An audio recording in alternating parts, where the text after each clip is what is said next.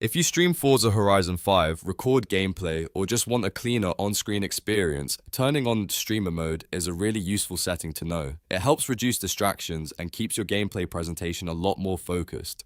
In this video, I'm going to show you exactly how to turn on streamer mode in Forza Horizon 5 in just a few simple steps. And if this tutorial helps you out, go ahead and hit that like button and subscribe for more quick gaming tips and guides. Alright, let's jump right in.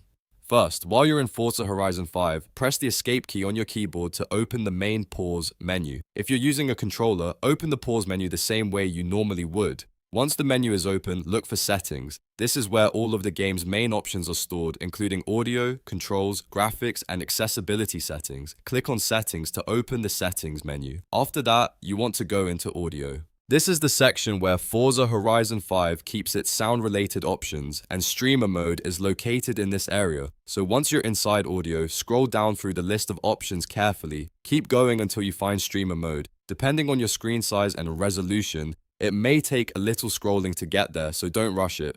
When you spot streamer mode, select it and turn it on. Once enabled, the game will apply the streamer-friendly audio setting, which is useful if you want a more controlled experience while broadcasting or capturing footage. After that, you can back out of the menus and return to the game. That's really all there is to it. You've now turned on streamer mode in Forza Horizon 5. It only takes a moment, but it can make a big difference if you create content or stream regularly. If this video helped, make sure to like the video and subscribe to the channel because I post more simple gaming tutorials just like this one.